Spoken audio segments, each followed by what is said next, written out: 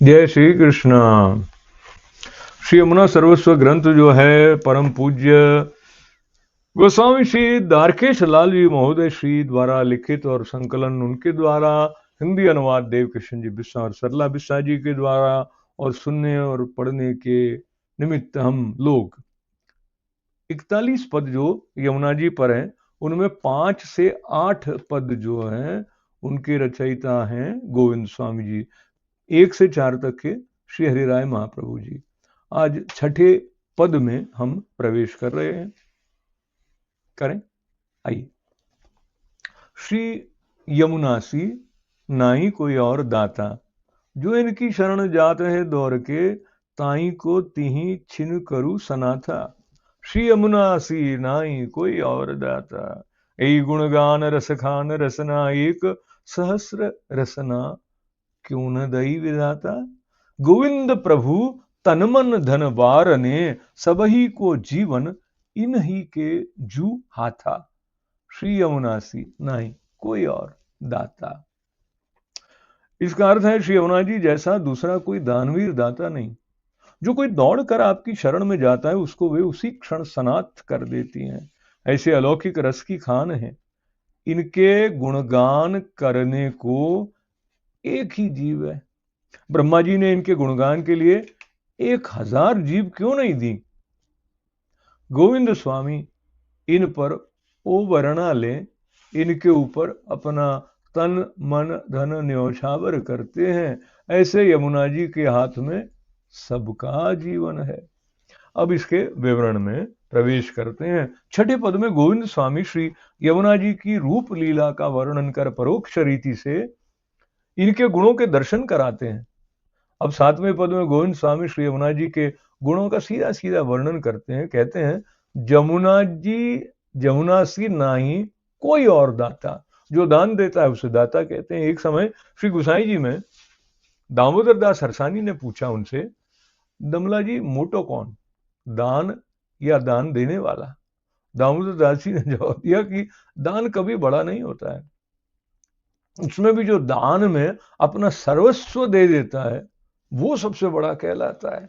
श्री महाप्रभु जी ऐसे महादाता हैं, उन्होंने ब्रह्म संबंध द्वारा अपना सर्वस्व ठाकुर जी हमें दान में दे दिया। ठाकुर जी को देते समय आपने कहा कि ये मेरा सर्वस्व तुम्हें दान में देता हूं। श्री महाप्रभु जी स्वामिनी स्वरूप हैं।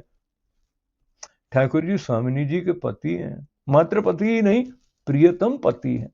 दुनिया में ऐसी कोई स्त्री नहीं जिसने अपने प्रियतम पति को दान में दे दिया हो। धन दौलत का दान तो सुना है, लेकिन पति का दान ऐसा कभी नहीं सुना। श्री महाप्रभु जी ऐसे महादाता हैं जिन्होंने अपने प्रियतम पति श्री ठाकुर जी को वैष्णवों को दान में दे दिया। गोविंद स्वामी यह भाव बता रहे हैं। श्री महाप्रभु जी कृपा शक्ति का स्वरूप है, वैसे ही श्री यमुना जी भी कृपा शक्ति का स्वरूप है। कृपा ऐसी शक्ति है जो देना हो तो वो दो देती ही है, जो न देने वाली वस्तु उसे भी दे देती है। श्री महाप्रभु जी के लिए गुसाई जी ने सर्वोत्तम स्तोत्र में 2 नाम बताए हैं, अदेय दान दक्ष। एक तो नाम है अदेय दान दक्ष और दूसरा महोदर चरित्रवान। दक्ष का मतलब कुशल। श्री महाप्रभु जी दान देने में कुशल हैं, कारण कि आप अदेय दान देते हैं। जो कोई स्वप्न में भी नहीं मिले ऐसा दान श्री महाप्रभु जी हमें दे देते हैं। अतः आपको अदेय दान दक्ष कहते हैं। जो उदार हो वही दान दे सकता है। कंजूस मनुष्य कभी भी दान नहीं दे सकता, अपने स्वार्थ के कारण उदार बन जाता है। लेकिन श्री महाप्रभु जी निस्वार्थ प्रेम का स्वरूप है, कृपा का स्वरूप है। अपने जीवन पर अढलक कृपा करते हैं, अपना सर्वस्व दान दे देते हैं। इसलिए आपको महोदार चरित्रवान कहा है। जीव अपराध करता है तो भी उसके अपराध को क्षमा कर उसे दुर्लभ दान देते हैं। ऐसी ही श्री यमुना जी हैं। अतः कहते हैं कि यमुना जी जैसा कोई दाता नहीं। जिस क्षण जीव इनके शरण में जाता है उसी क्षण उसे अनाथ से सनाथ बना देती हैं। जो ही इनकी शरण जाते हैं दौड़ के, ताई को तिही क्षण करें सनाथा। अपना सर्वस्व समर्पण भगवान को करने वाले बलि राजा के द्वार ऊपर स्वयं भगवान वामन जी चौकी पैरा देते हैं। मर्यादा भक्तों को जो प्रभु दान में मिलते हैं तो पुष्टि भक्तों को प्रभु दान में क्यों नहीं मिलते। श्री गोविंद स्वामी समझाते हैं कि हे वैष्णव, तुम यमुना जी को कभी भी भौतिक स्वरूप मत मान लो। श्री गोविंद स्वामी जी समझाते हैं कि हे वैष्णव, तुम यमुना जी को कभी भी भौतिक स्वरूप मत मान लो, ये कोई सामान्य देवी भी मत मान लेना, ये तो साक्षात पूर्ण पुरुषोत्तम श्री गोवर्धन नाथ जी का दूसरा स्वरूप है। इस तरह श्री यमुना जी के समान इस जगत में कोई दाता नहीं है। श्री यमुना जी को रिझाने के लिए कुछ करना नहीं पड़ता। अपने पास ज्ञान न हो, धन न हो, सद्गुण न हो, खानदानी कुल परंपरा न हो, ऊंच जाति में जन्म न हो, तो उसकी चिंता करने की जरूरत नहीं। श्री यमुना जी के चरणारविंद पकड़ लो, निस्साधन और दीन बनकर श्री यमुना जी का दृढ़ आश्रय कर लो। वो चाहे जितना भी दीनहीन पतित हो, उसे यमुना जी उसी क्षण अपना बना देती हैं। अनाथ को सनाथ कर देती हैं और ठाकुर जी को सौंप देती हैं। ऐसी यमुना जी अदेय दान दक्ष महोदर चरित्रवान है। 252 वैष्णवों में किशोरी बाई की एक वार्ता आती है। एक ब्राह्मणी श्री महाप्रभु जी की सेवक थी। उसकी लड़की किशोरी बाई को बचपन से ही माता पिता ने वैष्णव के संस्कार दिए थे। उसके पिता किशोरी बाई को अपनी गोद में सुलाकर यमुनाष्टक का पाठ सिखाया करते थे। किशोरी बाई रात दिवस प्रसन्नता से यमुनाष्टक का पाठ किया करती थी। हम भी रोज यमुनाष्टक का पाठ करते हैं, रोज अधिक करते हैं, लेकिन जो फल किशोरी बाई को मिला वो हमें क्यों नहीं मिलता है? इसका एक ही कारण है कि हम पाठ करते हैं, हृदय से पाठ नहीं करते, हृदय की उत्कटता से पाठ नहीं करते, इसलिए पाठ का फल नहीं मिलता है। हम तो पाठ कोई लौकिक हेतु से करते हैं, पाठ की संख्या निर्धारित कर पाठ करते हैं, प्रसन्न चित्त से पाठ नहीं करते हैं। किशोरी बाई तो श्री यमुना जी के स्वरूप को हृदय में धारण कर सदा आनंद पूर्वक पाठ करती हैं। बरसों तक ऐसे ही पाठ करती थी। श्री ठाकुर जी और श्री यमुना जी भक्तों को अदेय दान करने से पहले उसकी कसौटी करते हैं, दान देने के लिए उसकी पात्रता सिद्ध करते हैं। किशोरी बाई का बालपने में ही लग्न हो गया था। माता पिता हरि शरण हो गए थे, फिर पति भी हरि शरण हो गए, बाल विधवा बन गई। बड़ी बहन भी अपने ससुराल चली गई, घर में अकेली रह गई, कोई लौकिक आधार नहीं रहा। फिर लौकिक क्लेश किए बिना आनंद पूर्वक श्री यमुनाष्टक का पाठ करती। श्री ठाकुर जी को अभी और कसौटी करनी थी। गांव में शीतलता का रोग निकला, किशोरी बाई उसकी चपेट में आ गई। पूरे शरीर में शीतलाने के फोले निकल गए, जिससे नेत्रों की ज्योति भी चली गई। शरीर असक्त बन गया, हलन चलन नहीं कर सके। रात दिवस घर में एक खाट पर सोई रहती। घर में पानी पिलाने वाला भी कोई नहीं था। याद शक्ति भी चली गई। बरसों तक जो श्री यमुनाष्टक का पाठ करती, उसकी केवल 2 पंक्तियां याद रह गई थी। फिर भी हिम्मत नहीं आ रही, कोई फरियाद नहीं की, रो रो कर माथा नहीं कुटा। याद रही वे 2 पंक्तियां, रात दिवस रटन करती रही। श्री यमुना जी के स्मरण से उसके मुख पर मंद हास्य रहता था। उसने कसौटी पार कर ली। श्री यमुना लौकिक स्त्री का रूप धारण कर किशोरी बाई के यहाँ पधारी। उसने पूछा, तुम कौन हो? यमुना जी ने कहा, मैं तुम्हारी माँ की बहन हूँ, इस संबंध से मैं तुम्हारी मौसी हूँ, तेरा हाल पूछने आई हूँ। किशोरी बाई ने कहा, मुझे कोई कष्ट नहीं है, मेरी यमुना जी मेरे साथ में है, फिर मुझे कष्ट किस बात का? शरीर अपना दंड भोग रहा है। श्री महाप्रभु जी ने कहा है कि सब दुख धीरज से सहन करना, अतः तुम मेरे लिए कोई कष्ट झेलना नहीं। फिर भी यमुना जी किशोरी बाई के साथ में ही रही। कुछ समय बाद गुसाई जी उस गांव में पधारे, किशोरी बाई के घर आए।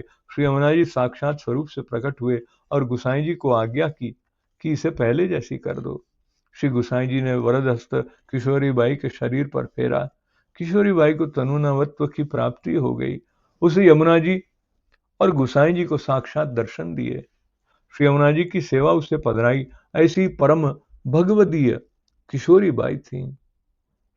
श्री यमुना जी ने जो जो अलौकिक दान किशोरी बाई को दिया, वैसा ही अलौकिक दान सर्व पुष्टि जीवों को देने में समर्थ हैं, तत्पर हैं। गोविंद स्वामी कहते हैं कि यमुना जी जैसी दाता मिलने के बाद उसका आश्रय छोड़कर दूसरे किसी देवी देवताओं का आश्रय मत करना। इन देवों को तो श्री यमुना जी का दर्शन भी दुर्लभ है। ये देवी देवता हमें कुछ दे नहीं सकते, इसलिए अन्याश्रय छोड़कर श्री यमुना जी के चरण पकड़ लो। श्री यमुना जी हमें साक्षात श्री ठाकुर जी को प्राप्त करा देती हैं। श्री गोविंद स्वामी अपने को सिखाते हैं कि जीवन में चाहे जितना कष्ट आ जाए, दुख आ जाए, लेकिन अन्याश्रय नहीं करना, दूसरे किसी देवी देवता के डोरा धागा नहीं बांधना, किसी देवी देवताओं के दरवाजे नहीं खटखटाना, केवल श्री यमुना जल के ऊपर भरोसा रखना। बालक तकलीफ में होता है तो पिता को नहीं बुलाता है, माता को ही याद करता है। श्री यमुना जी का एक अद्भुत अनुभव एक वैष्णव को हुआ। गोकुल के मंदिर में दर्शन करते अपने कुटुंब के साथ गलियों में फिरते थे। श्री गोकुलनाथ जी के मंदिर से बाहर निकले, राजा ठाकुर के मंदिर की तरफ जा रही थी, सब आगे निकल गए, ये बहन पीछे रह गई। सुखी समृद्ध घर की गृहिणी थी, उसका पर्स उसके हाथ में नहीं था। सामने एक बहुत स्वरूपवान युवती आई, उसने बड़े प्रेम से उस बहन को कहा, माई 2 रुपया तो दो। ये बहन स्वभाव से उदार थी, लेकिन हाथ में पर्स नहीं, लाचार होकर कहा, भाई घाट ऊपर आओ, अभी मेरे पास पैसा नहीं। लेकिन वो मांगने वाली स्त्री कहाँ गई, खबर ही नहीं पड़ी। उस बहन ने विचार किया कि ऐसी स्वरूपवान, कीमती रेशमी साड़ी पहनी, कीमती आभूषण वाली स्त्री मेरे से 2 रुपया मांगती है, ये कोई लौकिक स्त्री तो नहीं। तभी उसके हृदय में प्रकाश हुआ कि कहीं अरे ये श्री यमुना जी तो नहीं, इन्होंने 2 रुपया मांगे और मैं दे नहीं सकी। 2 दिनों तक पूरे गोकुल में उसे ढूंढा, लेकिन वो मिली नहीं। इस बात को 5 बरस बीत गए। उस बहन का एक संबंधी व्रत जाने वाला था। 5-5 वर्ष तक उस बहन को 2 रुपया न देने का दुख सालता रहा था। उसके प्रायश्चित रूप से उसने अपनी संबंधी को 2000 रुपया श्री यमुना जी को सामग्री अरोगाने के लिए दिए। वैष्णव ने सामग्री अरोगाई, घाट पर आंख मीच कर बैठा, तब यमुना जी ने अंतःकरण अनुभव कराया। पहले वैष्णव बहन को कहना कि मैंने उसकी सामग्री अंगीकार की है, मैं तो 2 रुपया मांगा था, इसका ब्याज उसने चुकाया है, लेकिन अभी मूल बाकी रह गया है, आकर मुझे दे जा। श्री यमुना जी ऐसे विरुद्ध धर्माश्रयी हैं, ऐसे दाता होते हुए भी अपने भक्तों से पैसे मांगती हैं, भक्तों की आसक्ति अपने में दृढ़ कराती हैं। मांग मांग कर अंगीकार करने वाली श्री यमुना जी के ऐसे दिव्य प्रसंग सुनकर हमें कहने को मन होता है, जमुना सी नाई कोई और दाता। यमुना जी हमें अनाथ से सनाथ करती हैं। नाथ यानी प्रभु। श्री यमुना जी हमें प्रभु को सौंप देती हैं, प्रभु को प्राप्त कराती हैं। ये सनाथ करना है। ब्रज में जाते हैं तो हम वहां से क्या लाते हैं, थोड़ी कंटियां, थोड़ा थोड़ा पेड़ा, थोड़ा यमुना जल। ब्रज में जाकर भी हम खाली हाथ वापस आते हैं। ब्रज में जाकर भी अगर ब्रजनाथ नहीं मिलते हैं तो जाना बेकार है। अतः हमें ब्रज में जाते ही श्री यमुना जी के चरणार बिंद पकड़ लें, उनसे विनती करें कि हमें श्री ठाकुर जी के दर्शन कराने की कृपा करें। ओई गणगान रसखान रसना एक, सहस्र रसना क्यों न देई विधाता। गोविंद स्वामी कहते हैं कि ब्रह्मा जी ने हमें 1000 जीव क्यों नहीं दी। एक जीव श्री यमुना जी के गुणगान करने, एक जीव ओछी पड़ती है, 1000 की जरूरत है, और ये 1000 जीव भी श्री यमुना जी की गुणगान करने में ओछी पड़ेगी। हमारे शरीर पर अनगिनत रुएं हैं, इस रुए में एक एक जीव दे देते तो ब्रह्मा तुम्हारा क्या बिगड़ जाता। ऐसी फरियाद गोपीजनों ने भी ब्रह्मा जी से की थी। ठाकुर जी के दर्शन के लिए 2 आंखें ओछी पड़ती हैं, और साथ में तुमने इन आंखों पर पापड़ों के पर्दे भी दिए हैं, बार बार इन्हें खोलकर बंद करते श्री ठाकुर जी के दर्शन में रुकावट पड़ती है। तो हमारे रोम रोम में आंखें दे देते तो कितनी अच्छी बात होती। श्री यमुना जी जैसे रस की खान है, वैसे ही इनके गुण भी रस की खान जैसे हैं। श्री यमुना जी के गुणगान में इतना रस भरा हुआ है कि एक जीव से गाने से संतोष नहीं होता।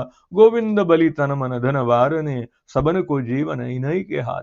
गोविंद स्वामी कहते हैं कि ऐसे श्री यमुना जी का ओवारणा लेऊं, इनके ऊपर तन मन धन न्योछावर कर दूं, कारण कि सभी पुष्टि जीवों का जीवन इन्हीं के हाथ में है। सभी पुष्टि जीवों का अलौकिक फल श्री यमुना जी देती हैं। श्री यमुना जी तनुनवत्व का दान कर इस जीवन में प्रभु का साक्षात मिलान कराती हैं। और अब आज लेते हैं विदा। श्री यमुना सर्वस्व के 22वें अंक में हमने छठा पद जो यमुना जी का है उस का पठन करने का लाभ, आनंद प्राप्त किया है। आप सबको मंगल कामनाओं के साथ आभार और धन्यवाद व्यक्त करते हुए श्री कृष्ण शरणम ममा, श्री कृष्ण शरणम ममा, श्री कृष्ण शरणम ममा। वल्लभाधीश की जय, श्याम सुंदर शिव ने महारानी की जय, और आज के आनंद की जय हो। जय श्री कृष्ण।